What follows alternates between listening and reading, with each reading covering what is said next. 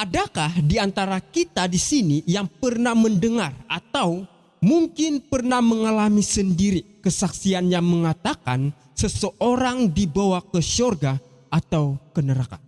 Adakah?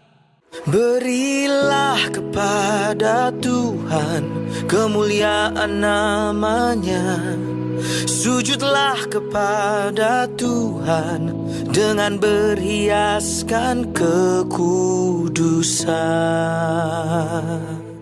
Shalom, selamat bertemu saudara-saudara terkasih di dalam Tuhan.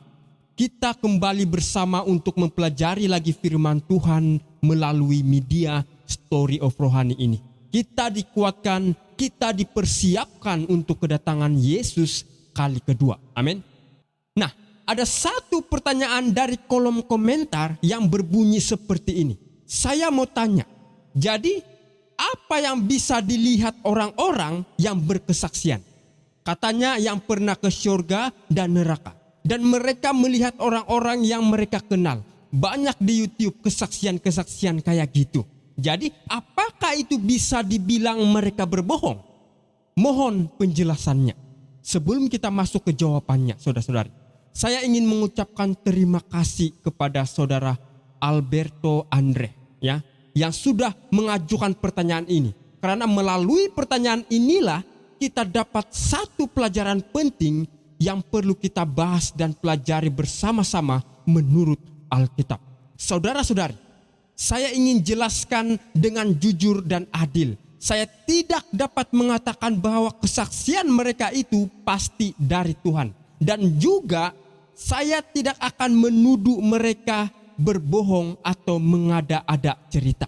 Namun, kalaupun pengalaman itu benar-benar mereka alami, pertanyaan terpenting yang harus kita bahas adalah, apakah yang mereka lihat itu kebenaran? Apakah kesaksian mereka itu sesuai dengan pandangan Alkitab? Apakah kesaksian tersebut sejalan dengan ajaran firman Tuhan? Namun begini saudara-saudari, jika kesaksian itu selaras dengan pengertian Alkitab, maka kesaksian tersebut benar dan boleh dipercayai. Saya sendiri pun harus percaya. Siapa yang tidak mau percaya kan kalau memang sesuai dengan ajaran Alkitab, betul kan? Tetapi jika kesaksian itu tidak selaras dengan firman Tuhan, apakah kita harus menerimanya bulat-bulat? Tentu tidak, saudara-saudari. Sebab itu jangan sesekali mempercayai apapun kesaksian yang bertentangan dengan ajaran Alkitab. Firman Tuhanlah yang menjadi ukuran kebenaran, bukan pengalaman manusia. Sekarang, mari kita ambil satu contoh dari kesaksian orang yang mengaku pernah dibawa ke neraka. Saya sengaja mengambil contoh yang sangat terkenal karena jenis kesaksian seperti ini sering kita dengar. Orang itu bersaksi begini, saya dibawa ke dalam neraka. Saya melihat banyak orang disiksa, dibakar hidup-hidup. Ada yang ditusuk dengan lembing, ada yang dipotong lidahnya, dipotong tangannya, tetapi tumbuh kembali. Dipotong lagi, tumbuh lagi. Mereka semua berteriak-teriak kesakitan. Dan iblis menjadi penjaga neraka. Iblis ditugaskan untuk menyiksa orang-orang berdosa di sana. Saudara-saudari, kebanyakan dari kita pernah mendengar kesaksian seperti ini, kan? Dan yang menyedihkan, banyak orang langsung percaya tanpa terlebih dahulu merujuk kepada Alkitab. Sekarang pertanyaannya, apakah kesaksian seperti ini sesuai dengan ajaran Alkitab atau tidak? Mari kita periksa bersama-sama, bukan berdasarkan perasaan atau cerita, tetapi berdasarkan firman Tuhan. Baik, pertanyaan pertama yang perlu kita jawab adalah, apakah neraka itu sudah ada dan sedang berfungsi saat ini? Mari kita rujuk kepada Alkitab, bukan kepada cerita atau kesaksian manusia, ya. Dalam Matius 13 ayat 36 hingga 43, kalau kita baca di sana, Yesus menjelaskan perumpamaan tentang lalang di antara gandum. Di situ dikatakan bahwa orang-orang yang melakukan kejahatan akan dicampakkan ke dalam lautan api, yaitu api neraka. Tetapi kapan hal itu terjadi? Perhatikan dengan jelas apa yang coba Alkitab katakan. Matius 13 ayat 40. Maka seperti lalang itu dikumpulkan dan dibakar dalam api, demikian jugalah pada bila. Apakah pada saat ini? Tidak. Tetapi pada akhir zaman. Ayat ini tidak mengatakan sekarang, tidak mengatakan saat orang mati, melainkan dengan jelas berkata pada akhir zaman. Jadi apakah neraka sudah ada sekarang dan sedang membakar orang-orang? Jawabannya belum. Pertanyaan kedua, saudara-saudari. Di mana neraka itu terjadi? Apakah di bawah tanah? Apakah di langit? Atau di suatu dimensi lain yang tidak kelihatan? Sekali lagi, mari kita rujuk kepada Alkitab. Wahyu 20 ayat 9. Maka naiklah mereka ke seluruh dataran apa? Seluruh dataran bumi, artinya permukaan bumi ya. Tidak ada bumi lain. Lalu mereka mengepung perkemahan tentara orang-orang kudus dan kota yang dikasihi itu. Tetapi apa? Perhatikan baik-baik, ini jawabannya. Tetapi dari langit turunlah api menghanguskan mereka. Jadi di mana api neraka itu berlaku? Bukan di bawah bumi yang dalam, bukan juga di dimensi yang tidak kelihatan. Firman Tuhan dengan jelas mengatakan api neraka terjadi pada akhir zaman di atas dataran bumi ini. Apakah ini cukup jelas, saudara-saudari? Jelas ya? Bukan saya yang mengatakan, tetapi firman Tuhan sendiri yang mengatakannya. Pertanyaan selanjutnya, benarkah iblis atau setan adalah penguasa neraka? Benarkah iblis yang menghukum orang-orang berdosa di neraka? Benarkah iblis yang menusuk manusia dengan lembing bermata 3, memasukkan mereka ke dalam kolam api, lalu ketika orang itu timbul kembali dalam penderitaan, iblis menusuknya lagi, dan begitu seterusnya untuk selama-lamanya? Apakah benar demikian? Sebelum kita mencari jawaban untuk pertanyaan sebelumnya, sebenarnya neraka disediakan untuk siapa? Mari kita lihat ayat Alkitab. Ingat kisah salah satu pencuri yang disalibkan di sebelah Yesus? Ia mencabar Yesus, kan? Mengatakan, selamatkanlah dirimu jika engkau Mesias. Tetapi Yesus menjawab apa? Dalam Matius 25 ayat 41, kata Yesus, enyalah dari hadapanku, hai kamu orang-orang terkutuk, enyalah ke dalam api yang kekal yang telah disediakan untuk siapa? Untuk iblis dan malaikat-malaikatnya. Melihat ayat ini, jelas bahwa api neraka disediakan untuk iblis dan malaikat-malaikatnya, bukan untuk mereka menjadi penjaga ya. Jadi apakah sesuai jika ada yang mengatakan iblis menjadi penguasa neraka dan menyiksa manusia? Tidak sesuai Alkitab. Iblis sendiri takut akan hukuman neraka. Dia bukan penguasa kerajaan neraka. Sebenarnya siapa yang seenaknya melantik iblis menjadi penguasa neraka?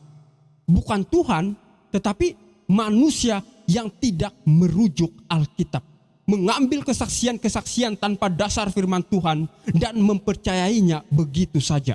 Saudara dan saudari, Alkitab mengajarkan bahwa api neraka saat ini disimpan untuk penghakiman akhir zaman dan belum digunakan. Mari kita lihat ayat Alkitab ini. 2 Petrus 3 ayat 7. Tetapi oleh firman itu juga langit dan bumi yang sekarang terpelihara dari apa? Dari api. Dan api itu disimpan untuk bila? Untuk hari penghakiman dan kebinasaan orang-orang fasik. Jadi sangat jelas, bumi kita saat ini yang suatu hari nanti akan menjadi tempat pembakaran iblis dan malaikat-malaikatnya serta orang-orang berdosa. Saat ini masih terpelihara karena api itu masih disimpan, belum digunakan. Apapun kesaksian yang kita dengar atau alami, terutama yang mengatakan pernah dibawa ke neraka atau surga, selalulah rujuk Alkitab.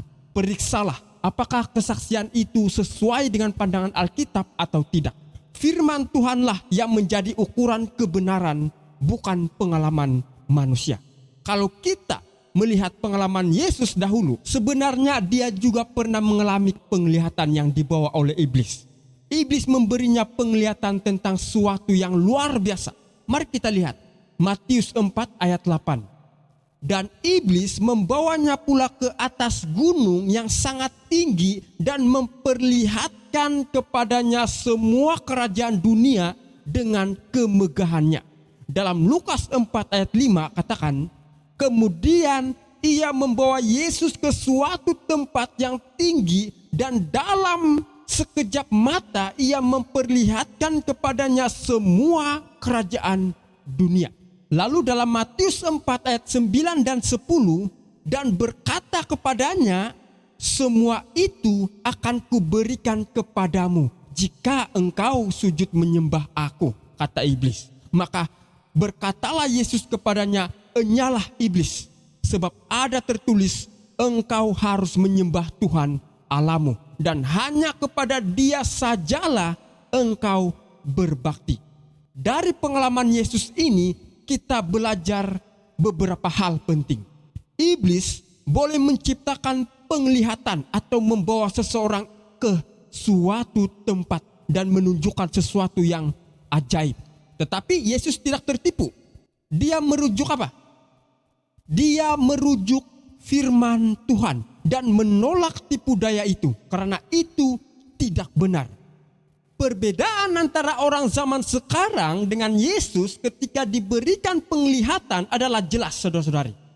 Yesus ketika menerima penglihatan dari iblis, langsung apa? Dia langsung merujuk kepada firman Tuhan, kan?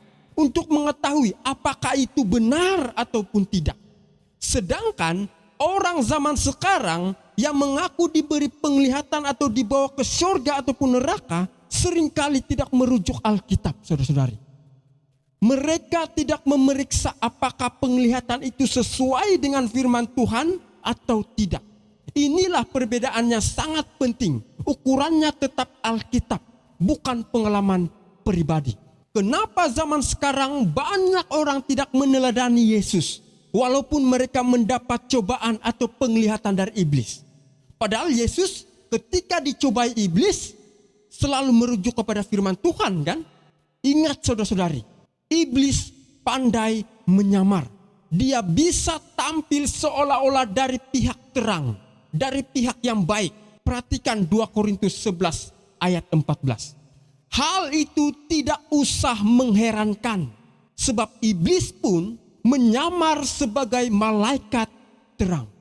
Ingat saudara-saudari, apapun penampakan atau penglihatan yang membawa seseorang ke sesuatu tempat, kalau fakta itu tidak benar menurut Alkitab, maka jangan sesekali meninggalkan kebenaran.